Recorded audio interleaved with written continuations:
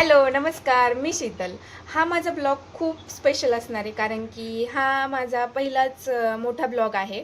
तर त्याच्यामध्ये आपण एक बेस्ट प्लेस एक्सप्लोर करणार आहोत. पुण्यापासून हार्डली 40 ते 45 किलोमीटरच ते प्लेस आहे. तर चला माझ्यासोबत आपण एक स्पॉट एक्सप्लोर करू. चलो.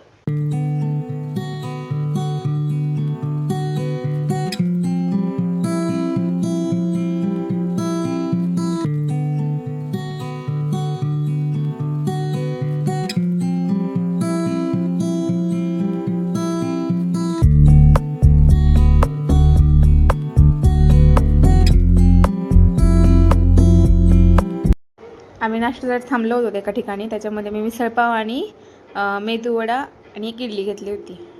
चहा वगैरे घेतला आणि पुन्हा प्रवास.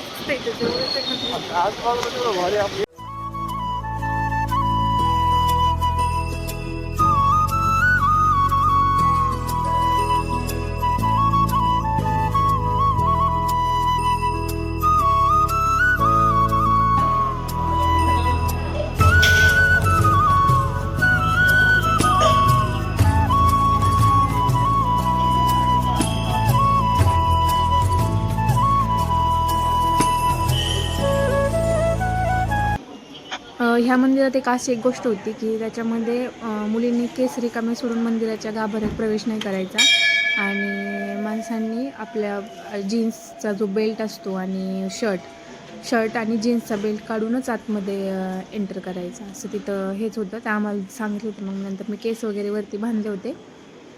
ते तसं अलाउडच नव्हते करत आतमध्ये.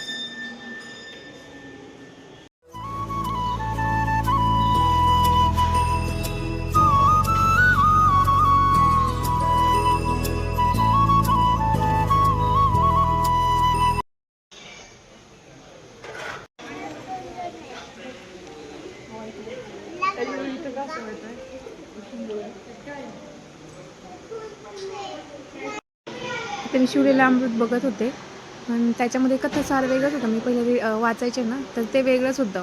म्हणून मग इथून घेतलंच नाही का शिवलेलं अमृत. आता चांगलं असतं ना श्रावण महिन्यात वाचलेलं, म्हणूनसाठी बघत होते, पण नाही भेटलं बाकीच्या.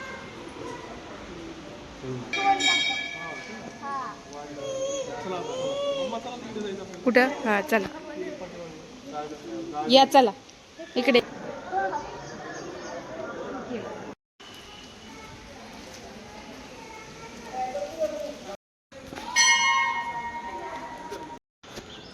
इथूनच रस्ता एक बनेश्वरच्या धबधब्याकडे जात होता आणि तिथे जाताना एंट्री पास द्यावा लागतो. म्हणजे काहीतरी भरले त्यांनी पैसे दोघांचे. आणि तेथूनच मग जाण्याचा रस्ता खूप छान होता तिथं. म्हणजे ते इकडून पूर्ण ग्रीनरी आणि असं वाटायचं की महाबळेश्वरमध्येच आलेलो आहेत. असं पाऊस यायचा कधी नाही कधी थोडंसं राहायचं ना तिथं. थोडेसे ॲक्टिव्हिटीज वगैरे पण येतात, म्हणजे पे करून येतात. झीप लाईन वगैरे आम्ही नाही केल्या, पण आहेत तिथे आणि रिजनेबल रेटमध्ये. असं काही खूप जास्त नाही.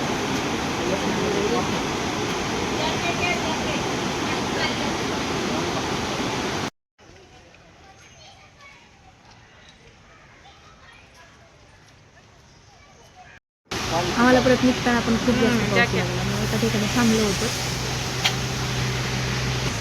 भिजलो सगळे भिजलो, चांगलंच भिजलो. तिथेच मग जाताना खेड शिवापूरच्या तिथेच एक प्रसाद मलाई चहा, जो सगळ्यांनाच माहिती आहे इतका फेमस आहे. तिथे चहा वगैरे घेतला. कसा वाटला ब्लॉग नक्कीच कमेंट करून सांगा. थँक्यू.